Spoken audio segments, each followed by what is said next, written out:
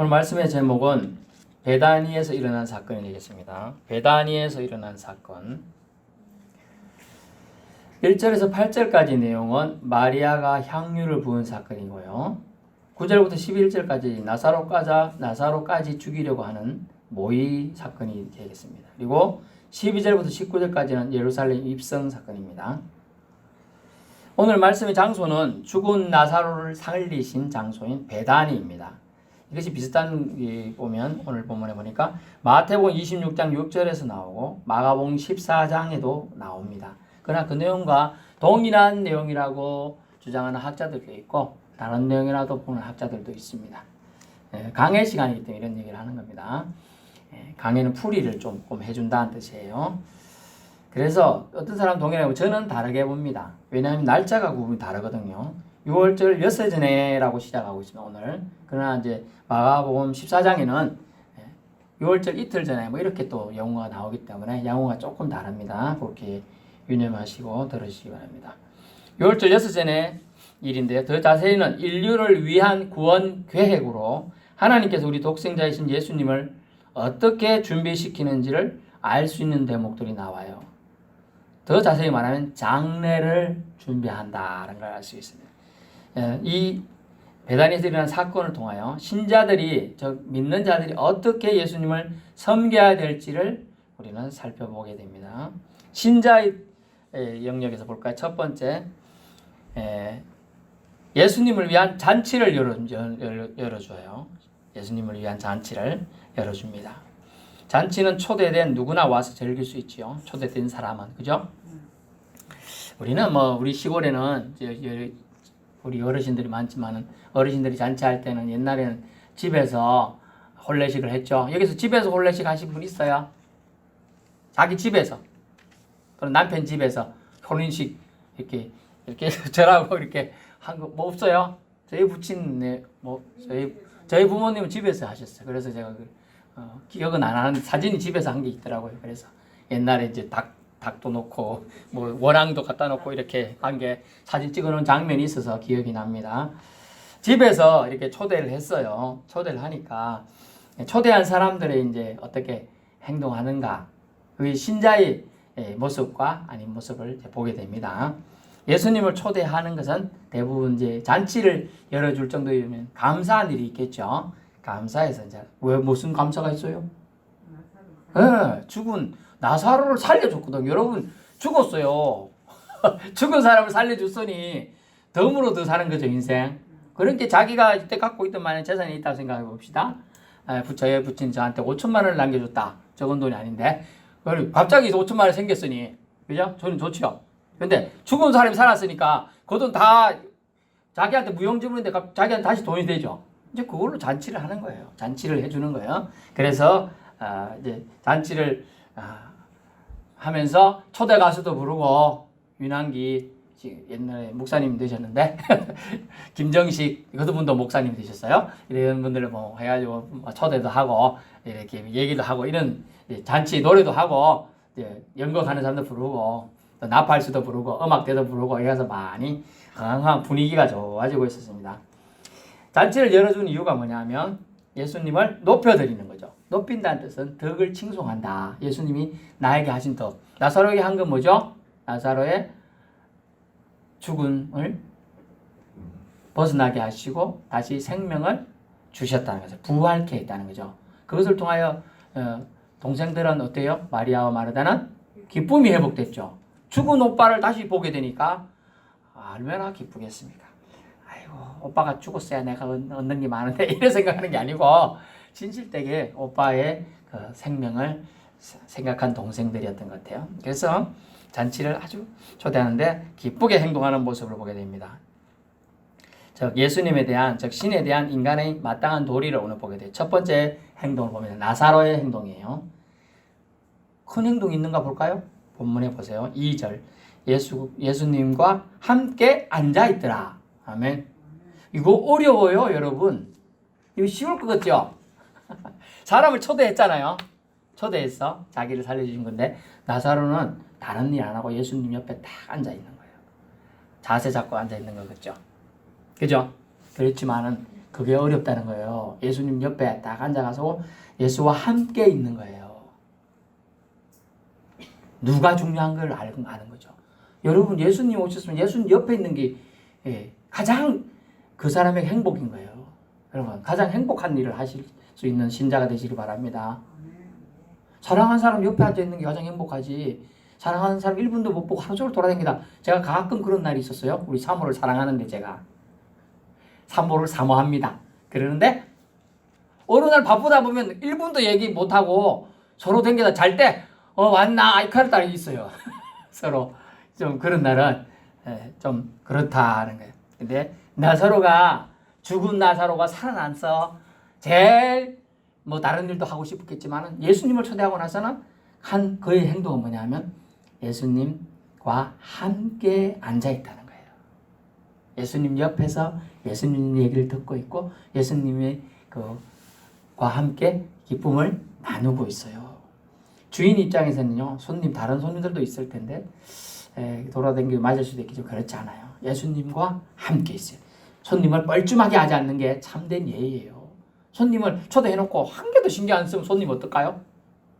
집에 가고 싶죠. 자기는 초대를 해놨는데 아무것도 안 해요. 그게 몸둘 바 모르게 하는 것은 예의가 아니에요. 곁에 있어서 잔치를 함께 최대한 만끽하도록 하면 중요합니다. 그래서 믿음의 방식, 나사로의 믿음의 방식이 뭐냐면 친구 방식이에요. 친구는요, 동행하는 거고 함께 할 수 있어야 돼요.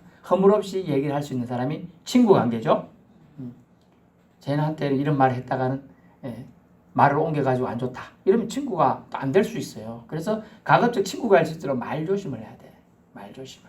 그래서 나사로는 다른 것보다도 말을 예수님이 살려주셔서 감사합니다. 이런 말을 뭐 이렇게 표현했다는 단어가 한 개도 안 나와요. 근데 예수님 앞에 같이 함께 앉아 있어 주는 거예요. 예수님 앉아 있으면 앉아 있어 주고 예수님이 어디로 가면 따라가 준다.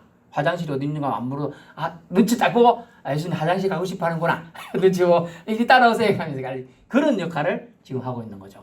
신자의 방식, 첫 번째 방식은 친구 방식이 돼야 돼. 부담을 안 주면서 편안하게 해주는 거예요, 손님을. 자, 손님을 오신 예수님을 편안하게. 여러분은 예수님을 편안하게 해주는 스타일이에요. 귀찮게 해주는 스타일이에요. 예수님에게 짜증을 내도록 만드는 스타일이에요. 친구 방식. 한번 생각해 볼 수 있어요. 두 번째는요, 마르다 방식 있죠. 예수님 신자로서의 마르다 뭐냐면 초대한 손님을 위해 일을 하는 스타일이에요. 이 사람은 손님도 맞이하고 음식도 준비하고 분주합니다. 섬기면 열심히 방식이에요. 믿음의 방식, 마르다 방식은 섬기는 방식이죠. 이 방식이 나쁜 게 아닙니다. 괜찮습니다. 저는 좋다고 봅니다. 마르다 방식. 2절 거기서 예수를 위해 잔치할 때 마르다는 일을 하고 마르다는 일로 섬기는 거예요. 생각해보세요. 나사로처럼 다 앉아만 있으면 초대는 해놓고 음식 준비 한 명도 안 하고 있어요. 그것도 예의 아니잖아요. 누군가는 음식 준비를 해야 되는 거예요. 전을 굽어야 돼요. 저는 전을 한 번도 안 굽어봤습니다. 여러분 죄송합니다. 그런데 사모가 전 잘 굽는다고 내쫓더니 사모가 뭐 하다고 하나도 안 구워요. 그럼 저라도 가서 전을 뒤집어야 되죠. 방금 다 타잖아요. 그런 거예요. 그런데 그런 역할을 충실하게 마르다는 잘했다는 거예요. 섬김의 방식으로 마르다는 예수님을 섬기고 있는 거예요. 손님 초대한 예수님이 드릴 음식을 준비하고 다른 사람들 자리에 앉게 하고 이런 거 그런 것도 다 중요한 신자의 섬김 방식이다라는 걸 알 수 있어요. 세 번째 방식은 뭐냐? 마리아의 방식입니다. 마리아의 방식은 뭡니까? 마리아는 지극히 비싼 향료를 가져옵니다.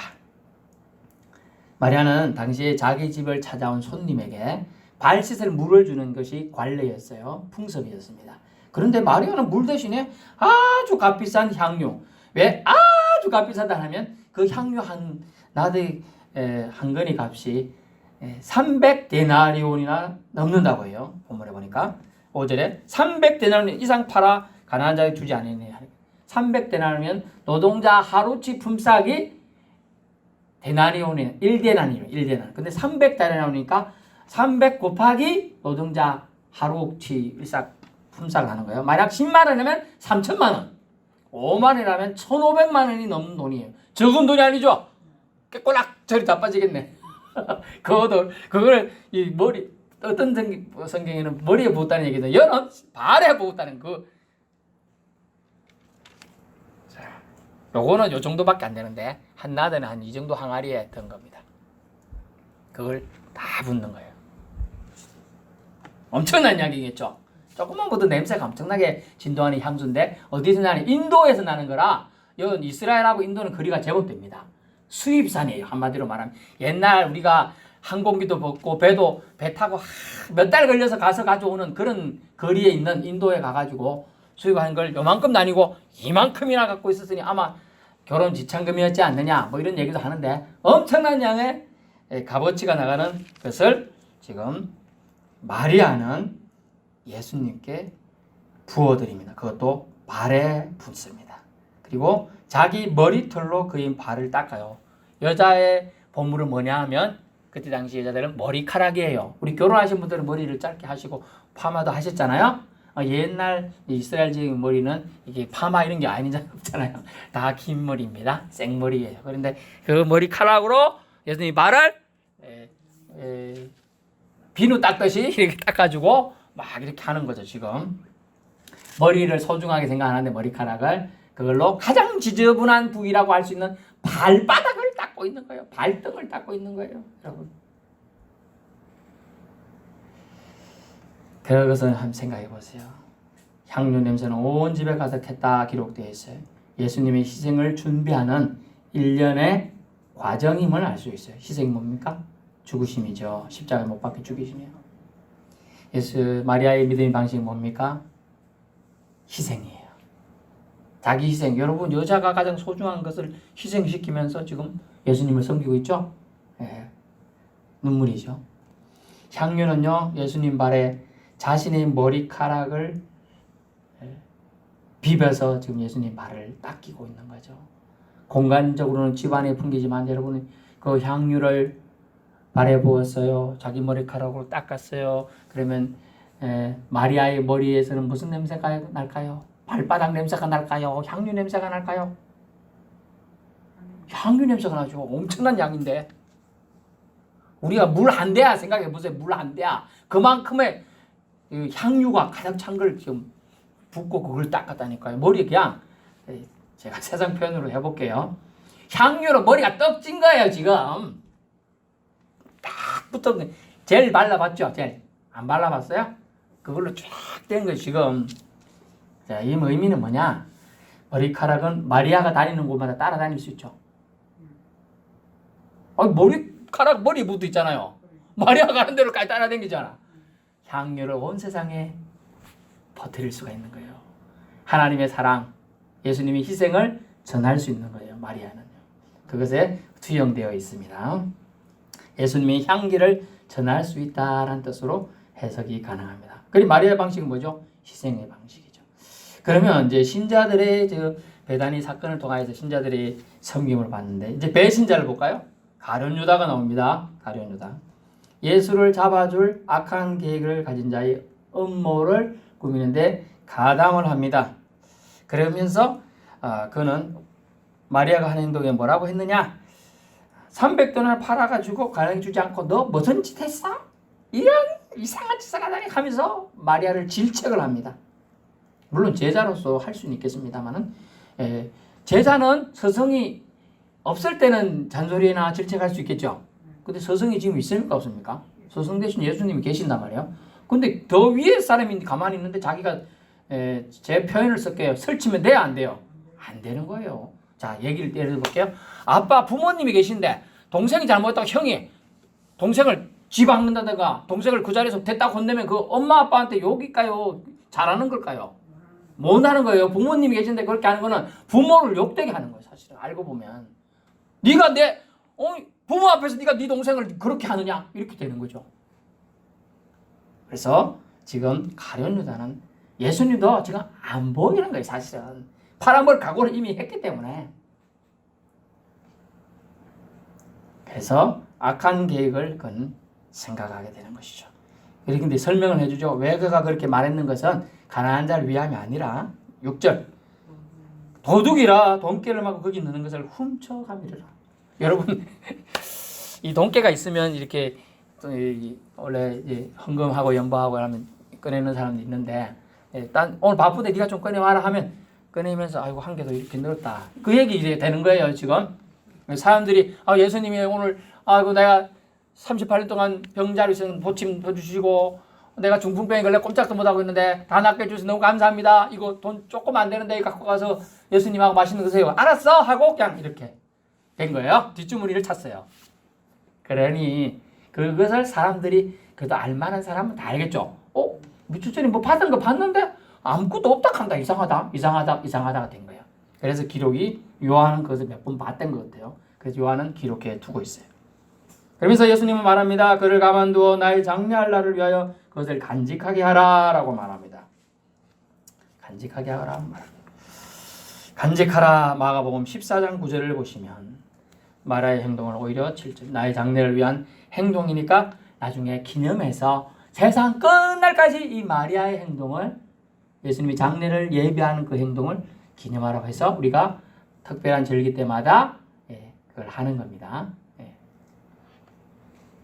성찬식을 그래서 하게 되는 거예요. 그때 물론 예수님 마지막 6월절 마지막 잔치 마지막 식사할 때 하셨기 때문에 하지만 그때 분명히 예수님이 이 마리아의 행동을 기념해라. 마리아가 나의 죽음을 준비하고 내가 인류를 위한 대속 제물이 될 것을 이미 행동으로 보였다라는 걸 알려주게 됩니다. 그러면서 예수님은 가난한 자들은 항상 너희와 함께 있거니와 나는 항상 있지 아니라 하려 하면서 마리아의 행동을 두둔하게 됩니다. 그 내용을 기억하시고요. 가룟 유다는 사실 진심이 아니라 돈께 돈을 손댄 적이 있기 때문에 아까워서 낭비라 생각했어요. 사라질 향유, 향기, 냄새보다는 실질적인 돈으로 변환시켜 빵, 밀가루, 음식 등을 사서 더 활용도를 높게 쓰자는 뜻이라면 좋았겠지만 그것은 그의 생각은 그렇지 않았어요. 실질적으로. 그래서 기록이 된 겁니다. 욕심에 근거한 이기심의 발언이었어요. 남을 정죄하는 것은 좋지 못해요. 저 다시 말씀드리지만 저와 여러분은 성경적으로 말하면 죄인이죠. 로마서 3장 23절 모든 사람은 죄를 범하였으면 하나님의 영광에 이를 수가 없어요. 모든 사람은 죄인이에요. 그러므로 죄인이 죄인을 정죄할 수 없다는 거예요. 그러므로 서로 잘못을 용서하는 게 가장 큰 믿는 사람의 덕목이 되겠습니다. 그래서 정죄할 거는 없는데 이 사람이 마리아의 행동을 정죄하는 거예요. 그러면 이것은 배신자, 주님을 사랑해서 하는 행동이 아니고 주님을 배신할 것이기 때문에 이런 행동으로 그가 말을 하게 된다는 것입니다. 그 다음 예수님 죽음에 대해서 인류를 위한 죽음을 예비한 잔치에서 벌어진 일련의 사건들 행동 속에 신자는 예수님 편에 가짜는 사탄 편에 서 있는 모습을 오늘 우리도 보았습니다. 여러분은 은연중에 이럴 수가 있어요. 사탄 쪽으로 기울어 갈 수 있어요. 수제자였던 베드로도 사탄 쪽으로 갔고 심지어 예수님은 사탄아 넌 날 넘어지게 한다 하고 베드로를 보고 사탄이라고 예수님 직접 말했어요. 사탄아 불러가라고 말했어요. 베드로 보고 가짜 네가 그렇게 말하면 가짜다. 근데 베드로는 어쨌어요? 깨닫고 회개하는 거예요. 근데 가룟 유다는 깨닫고 회개를 안 했어요. 깨닫기는 했어요. 예수님을 팔아먹었어요. 은전 30개에. 그때 노예 값이 한 명 값이 30전입니다. 팔아먹었어요. 근데 나중에 뭐냐 이게 예수님 잡혀가서 매 맞고 죽고 그래서 소리 들으니까 너무 마음이 찔렸어요. 양심에. 그래서 어쨌어요?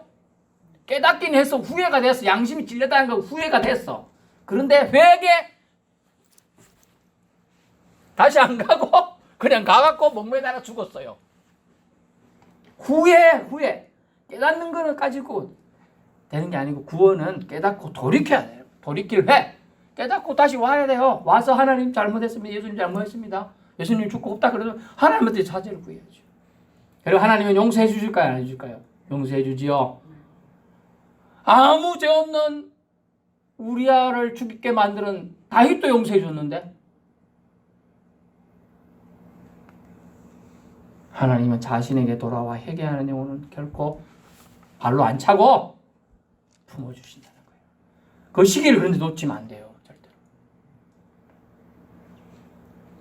그래서 마리아의 행동을 예수님은 칭찬하는 겁니다. 나의 장래를 위한 행동이니 세상 끝날까지 기념하라. 간직하라고 하는 말씀하는 거죠. 여러분, 나사로처럼 예수님 옆에서 친구처럼 섬기는 것도 좋고요. 마르다처럼 활동성 있게 또 예수님을 대접하기 위해 준비하고 섬기는 것도 아주 좋습니다. 마리아처럼 그의 장례를 희생 준비하는 것도 좋은 모습이에요. 자기가 왜 그러는지 몰랐을 수 있어요. 마리아 갑자기 하나님이 성령의 감동에 의해서 그걸 깨트려가지고 부어라 했을 수도 있겠죠. 우리는 내막을 모르니까. 12절부터 19절까지 내용은 예루살렘 입성 장면이 나옵니다. 이는 예수님의 고난과 관련해 종료주일 때 항시 보기 때문에 오늘은 좀 스킵하도록 하겠습니다. 이 역시 예수님의 죽으심을 위한 예비된 걸음이었다라고 기록되어 있죠. 하나님의 계획에 순종하시어 말씀의 예언된 성취대로 예언을 성취하기 위하여 예수님을 걸어가시죠. 그래서 뭐라고 되어 있죠? 어린 나귀를 타고 보고 타시니 14절. 이거 예언대로 스가랴 예언대로 지금 나간 겁니다. 기억 보니까 스가랴 9장 9절 되어 있죠. 성경 밑에 보면 있어요. 이 스가랴 줄임말이에요. 석구구 이렇게 있잖아요. 9장 9절. 이렇게 나귀를 타고 가게 된다. 그리고 호산나라고 사람들이 환영을 또 예언된 대로 환영을 그대로 받아들입니다. 사실은 사람들이 환영한다고 해서 뭐 대단한 건 줄 알았더니 뭐라고 돼 있어요? 겨우 종려나무까지 끄고 길가에 가려는 거, 또 벗었던 옷 입고 들고 다니게 더우니까 더우면 보통 겉옷 들고 다니다 더우면 걸치고 다니죠? 그거 그냥 땅에 던져서 깔아준 거예요. 탄탄대로 양탄자 깐 거 아니에요.